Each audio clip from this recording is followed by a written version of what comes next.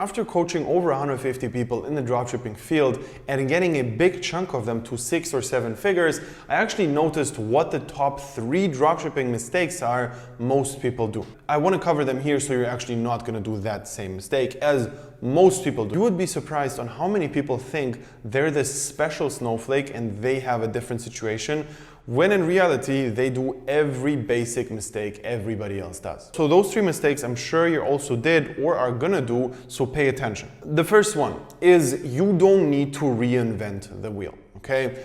Please, whenever you're doing anything in dropshipping, just stick to the fundamentals and do exactly what's already working. If you, for example, like a product which you see working on Pinterest, and you check on Facebook and you search everywhere and you cannot find anybody running the same product on Facebook. What that should tell you is you should not sell it on Facebook. Why? Because nobody else could make it work. If there's nobody running it on Facebook, it doesn't mean that nobody tried. It means in most of the cases that a lot of people tried, nobody succeeded, and it didn't work. So you don't see that and you think, I'm gonna be the pioneer, I'm gonna be the first person to make this work, so let me try it on Facebook, and it doesn't work, and then you move on to the next product, which is also not working on Facebook. So please, do not reinvent the wheel. That's so important. Obviously, I'm not telling you to pick products which are like super saturated, but you have to find a middle where it needs to have a proven concept. That's just the number 1 rule in dropshipping. Number 2 is you're not allowed to put in crazy effort into anything before you have a proven concept. This is going to be one which is going to probably blow a lot of people's minds.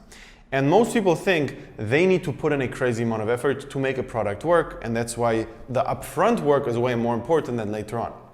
And unfortunately, that's not the case. I've seen that there's 2 main problems with it. Number 1 is obviously there's 3 components to what building a dropshipping store is. The store, the product, and the ads. Okay, and obviously also how you run the ads, but that's just basic. And you're probably gonna put in a lot of effort into the store. All right, that's what most people do. They put in a crazy amount of hours into the store, into the logo, into the description, into the copy, into the pictures. And you need to understand there's no room for that. Okay, you cannot do that. You just need to look at the competitor, take the exact same offer they're having, and basically make a decent enough product page with the same exact offer. That's what the most important thing is.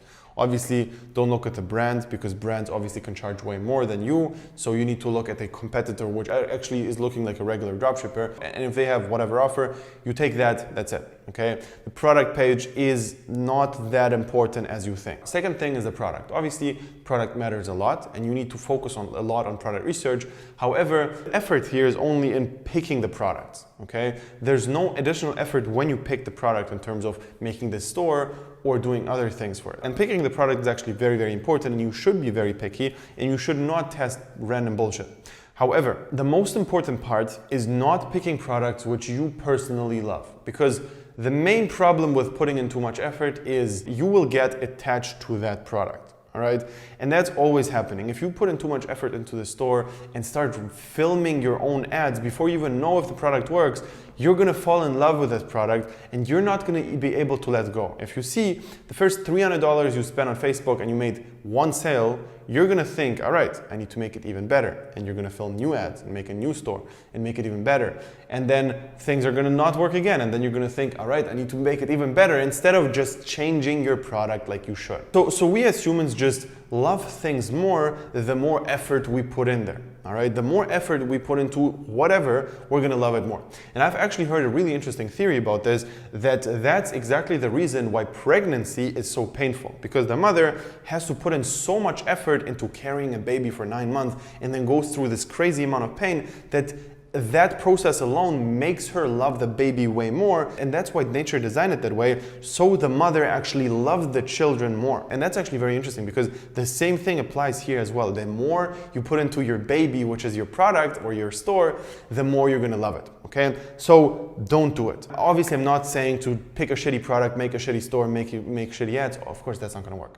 But you cannot overdo it. You can have a time period of like 4 days where you make the store and the ads, if that's your first time. We do it way quicker, but if that's your first time, 4 days should be more than enough to make the store and the ads, and that's your deadline. That's it. You cannot perfect it after that, so you don't waste time. Now, the last point I want to actually touch on here is outsourcing. And a lot of people have this wrong mindset of thinking they can outsource everything and just give the work to an expert, so the expert is going to do it better than them for money. Okay? In theory, that kind of makes sense, because A store creator most likely is going to make a better store than you. An ad creator is most likely going to make a better ad than you, and also the Facebook ads will be better run by a Facebook ads agency than by you as a beginner. That makes sense. However, you cannot be sure of that, and you're not allowed to outsource anything without knowing how to do it. Because how can you actually evaluate if your store creator is good or bad if you're a beginner? You cannot know. You don't know what's good and what's bad, and you're just going to take their thing for granted.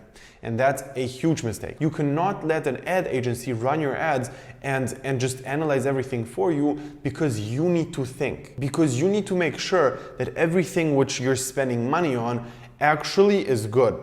All right? And that's a very important part. You're only allowed to build a team after you've done everything. And in the beginning, I did this huge mistake that I started outsourcing things way too soon, way too quick to people which I didn't really know, and I basically trusted them way too quickly. I remember how I wasn't really doing a lot of email support, and I noticed it, and I was like, all right, let me just give that away.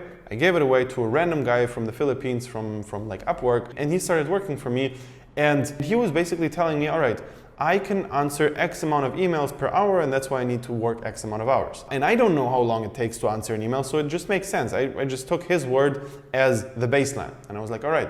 And he started telling me, all right, I don't have enough time, we need to hire another person, another person, another person. And basically we had like a team of 5 virtual assistants who were working like around the clock. In reality, he was just charging me way too much money. Now I understand that the amount of emails versus the amount of hours was just insane. Crazy, okay? So just because I didn't know how long it actually takes to answer an email, which they already have the template for, I just believed him. And the same thing is going to happen to you if you don't know what you're doing before you outsource. So I want you to only outsource things which you're actually really good at. That's very important. I hope you really take those 3 things to heart and really apply those into your business. But the main problem here is that those 3 mistakes are just a small fraction of what you can do wrong in a dropshipping business. And that's exactly why I have this one-on-one program where I coach people from start to having a proper brand which is consistently making the profits every single month, from A to Z. The whole thing is one-on-one, and I've just seen how much money I can save you if you apply what I tell you and not do those stupid mistakes which every beginner does. You have no idea how much I would pay myself right now to tell me 4 years ago what to do, because back then I just did so many mistakes, and now I just know better.